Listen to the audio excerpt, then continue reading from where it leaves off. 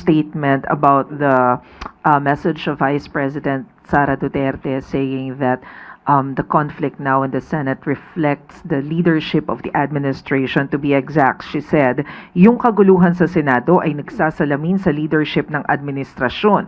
Yung kaguluhan at kawalang direksyon ng ating bansa ay nagsasalamin kung ano yung klase ng leadership na meron ng nakaupo sa palasyo at ng ating administrasyon dahil lahat naman ng tao ay nare-recognize nila kung ano yung direksyon ng isang leader. Your comment on that, ma'am. Okay, ang paulit-ulit na kasinungalingan ay naglalagay sa atin sa isang kumunoy. Habang ang Pangulo ay patuloy na nagtatrabaho para ayusin, mabigyan ng mga tulong para mapaganda ang buhay ng bawat Pilipino, lalong-lalo na't may kinakaharap tayong global oil crisis, pati na po ang nangyaring lindol sa Mindanao. Patuloy na nagtatrabaho, samantalang ang Vice Presidente ay patuloy sa paninira at binabago ang naratibo. Ang dapat natin tandaan, ito naman ay nasa records. Ang putukan na nangyari sa Senado, hindi po ito pinag-utos ng Pangulo. Ito ay may pagsang-ayon si Senator Alan Cayetano. Inamin din naman ni Senator Bato de la Rosa kung bakit pinilit na siya'y pumunta at bumoto. Una, to change the leadership. Pangalawa, for the impeachment. So ang mga tao sa likod na to, ang lahat ng ito, lahat sila yung nagsasabing dapat na ibasura ang impeachment. Ito ay lahat para sa proteksyon ng Vice Presidente. Ang pagpapatakas kay Senator Bato de la Rosa sa tulong ni Senator Robin Padilla, hindi ito nanggagaling sa Pangulo. Ang dalawang sinabi nating senador ay kaalyado ng Vice Presidente. So, hindi totoo na patungkol daw sa kahinaan ng liderato sa administrasyon. Kung hindi ito ay sa patuloy na pang-aabuso sa kapangyarihan para lamang sa kanilang mga kaalyado. So, huwag sana mamihasa sa pagdudungis ng iba para magmukhang biktima sa ating mga mata. And Yusek, speaking of impeachment, is the palace in a way concerned that the impeachment proceedings might be affected now that there's still a gridlock in the Senate? Hindi lamang siguro ang palasyo ang nakakita niya, kundi buong sambayan ng Pilipino. Ang nais lamang po ng Pangulo ay masunod ang due process, masunod ang proseso, masunod ang rule of law. Para kung may kailangang managot, dapat na managot. Kung kailangan na malinis ang pangalan, dapat linisin ang pangalan. So, yun lamang po ang concern ng bawat Pilipino. Dapat makita natin ang katotohanan, hindi sa pagtatago gamit ang kasinungalingan. Yusek, isa-segue ko na po dun sa isang issue.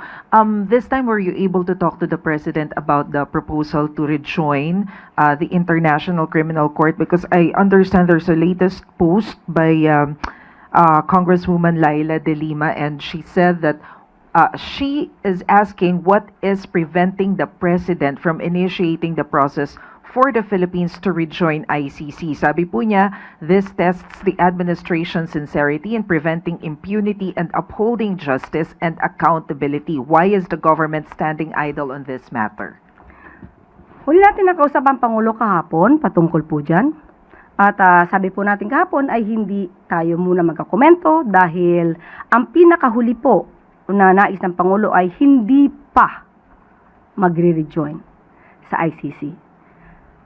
Ginagalang natin or nadidinig natin ang sinasabi ng kagalang-galang na Congresswoman Laila De Lima. Pero hindi po ibig sabihin na kapag hindi pa nag-rejoin sa ICC, ay hindi na makikita ang sensibilidad ng administrasyon para mapanagot ang dapat na mapanagot. Tayo po ay tumutupad sa ating batas, ang RA 9851. Ito po ay isang tool na magagamit para mapanagot ang dapat na papanagot ang mga taong may kaso sa ICC. Nakita na po nila, na-surrender na po natin mismo ang dating Pangulong Duterte sa ICC gamit ang RA 9851 at ang pag-obserba natin sa residual obligations, pati po ang ating kooperasyon sa Interpol. So hindi po ito nagpapakita na walang sensibilidad ang administrasyon para mapanagot ang dapat na mapanagot. Hindi po dyan nagtatapos. Hinahanap po natin at tinutugis pa si Senator Bato na pinangalanang co-perpetrator ng ICC para sa crimes against humanity. Thank you, Yusek. Sunod na tanong mula kay Tristan Nadalo, Newswatch Plus. Hi, Yusek. Good afternoon.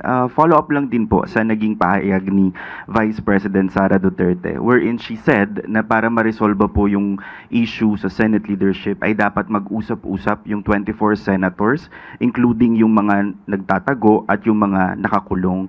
Is this even a realistic or responsible proposal coming from the Vice President? Una-una siguro po i-advise niyo siya, total lawyer naman siya, nabasahin po yung Avellino versus Cuenco para magkaroon siya ng kahit konting kaalaman sa sinabi po ng Supreme Court patungkol po dyan.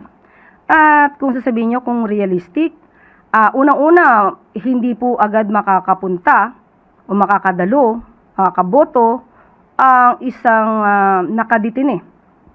Dahil ang may sako po dito ay ang korte, hindi po ang Senado. Pangalawa, kung yun po ang nais niya, na makabalik sa Senado, si Senator Bato, welcome po yun. Mas maganda kung kanyang i-encourage, pipilitin, kamukha nung ginawa ni Senator Cayetano, na makapunta at makabalik si Senator Bato de la Rosa sa Senado para siya ay umaten ng mga session. In response po, si House Deputy Speaker Paulo Ortega, nag-statement po siya kay VP Duterte. Sabi niya, Ma'am VP, respectfully, parang mahirap sisihin ang Malacanang sa gulo ng Senado kung karamihan sa mga bida sa drama ay mga BFF at political allies mo rin. Nag-agree po ba dito ang palasyo?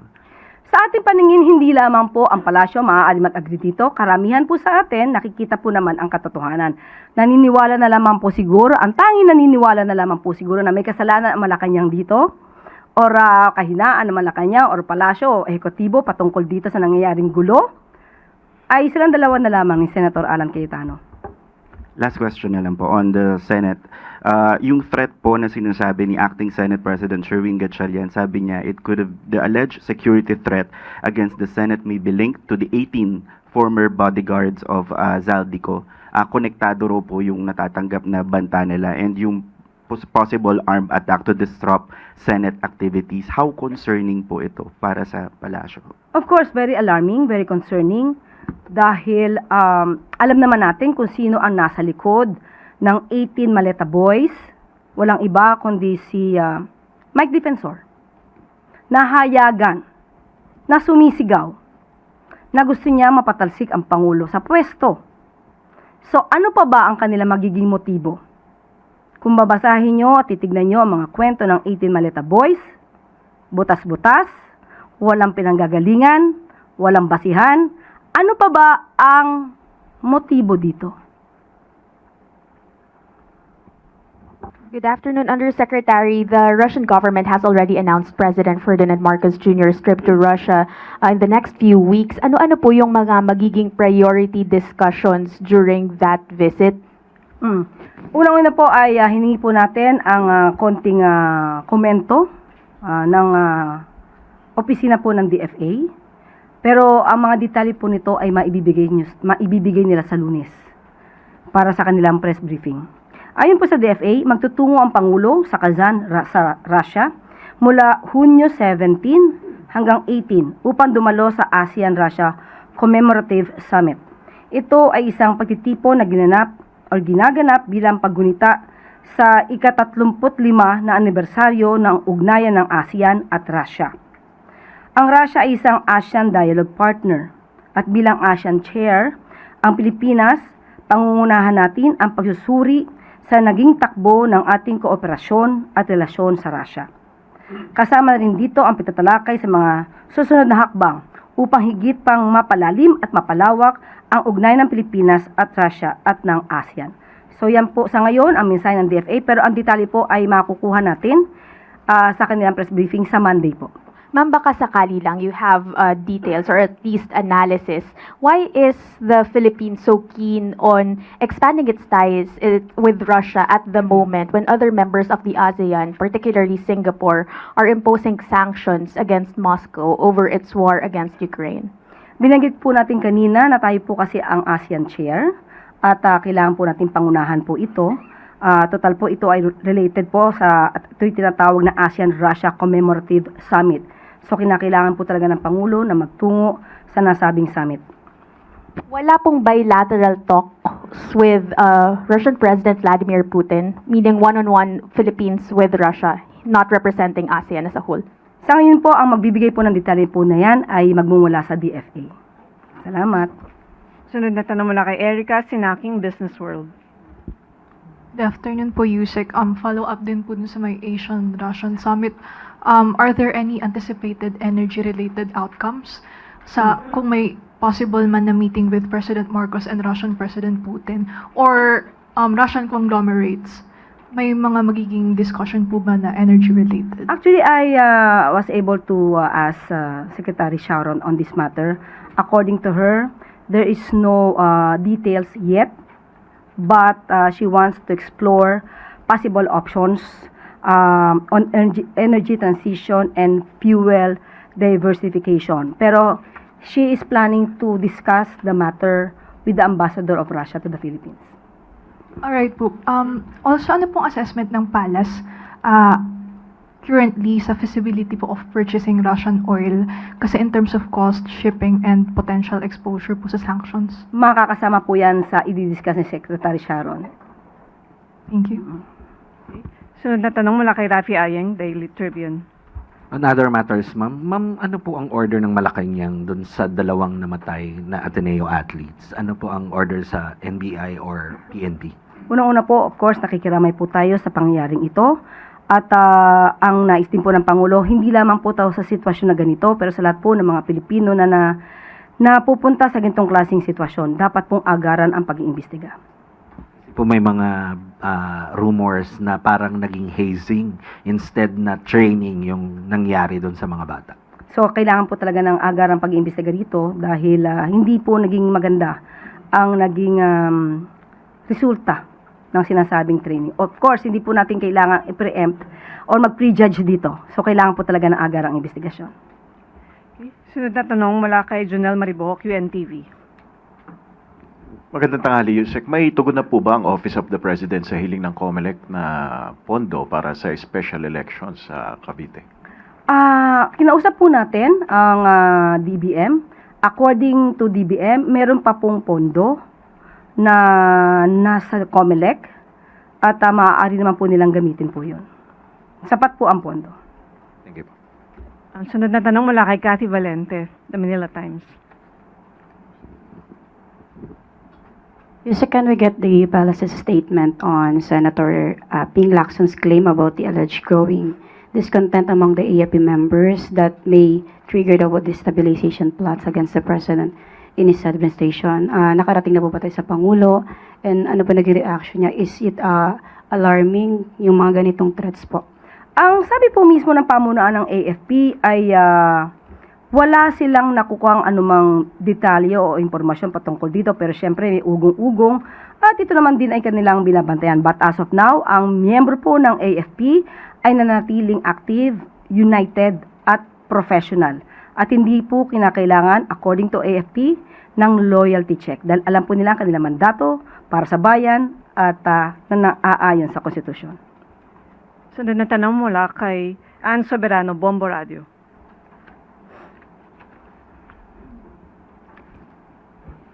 Yusek, good morning po. Good afternoon. Ma'am, ano ang susunod na hakbang o konkretong hakbang ng Marcos administration matapos ang diplomatic protest laban sa presensya ng floating structure sa Bajo de Masinloc naniniwala po ba ang Malacanang na itong istrukturang ito ay patungo sa reclamation o pagtatayo ng permanenteng facilities ng China sa nasabing shoal? Ang masasabi po na lamang natin ay alam po ng Pangulo ang nangyayari at nanatili pong malinaw ang kanyang paninindigan na unahin ang paggamit ng diplomatiko at legal na hakbang sa pagharap ng itong klaseng sitwasyon. So ang DFA ay formal na pong naghain ng diplomatic protest laban sa floating movable platform ng China dito sa Baho de Masinloc. So tuloy pa rin po ang ating paninindigan kung ano ang ating karapatan at ano ang dapat nating ipaglaban. Ang follow-up, ano po ang mensahe ng Pangulo sa mga Pilipinong nangangamba po na unti-unti na raw pong nawawala ang kontrol ng bansa sa Baho de Masinloc? Hindi po hahayaan ng Pangulo na mangyari po yan. Alam po natin ano ang totoong stance ng Pangulo pagdating sa interes ng mga Pilipino at interes din natin dito sa ating West Philippine Sea. Sunod na tanong mula kay Samuel Medinilla, Business Mirror. Good morning, ma'am. Good afternoon. Itatanong ko lang po, ma'am, kung may plan po ba si President Marcos to extend yung duration po nung price cap for rice, 50 pesos na price cap for rice, mag-expire by June 30. Ang sabi po mismo ng DA, ng Department of Agriculture, ay magre-recommenda pa rin po sila na extension of the price cap. At ito naman po ay titignan po natin at kung sasang-ayunan pa rin po ng National Price Coordinating Council at kung aproba ng Pangulo. Pero magre-recommenda po sila na extension for the price cap. Abot po kaya yun, ma'am, before mag-June 30? Yun po ang inaaral ng DA at yan po ang nais nila. Tapos on another matter, on a related topic, ma'am, may reports rin po na marami raw pong mga price retailers na hindi nagko-comply dun sa price cap. Ano po yung possible sanction po sa kanila? Ang sabi po ng DA ay nagbibigay na po sila ng notice patungkol sa mga violation na ito. So, sa ngayon po ay iniimbestigahan po to. Kaya po hinikayat natin ang mga kababayan po natin sa mga nakikita niyo po na umaabuso patungkol sa presyo ng bigas, ipagbigay lamang po ninyo sa kahit po sa amin dito at sa Department of Agriculture para po ito ay maimbestigahan at mapanagot na ang dapat na mapanagot. Na-mention po kaya, ma'am, yung DA kung ilan po yung iniimbestigahan nila in relation dun sa violation sa price cap? Hindi pa po ako nabigyan ng anumang detalye sa numero pero sa ngayon po ay sinabi nila meron na silang nabigyan ng mga notice. Thank you po, ma'am.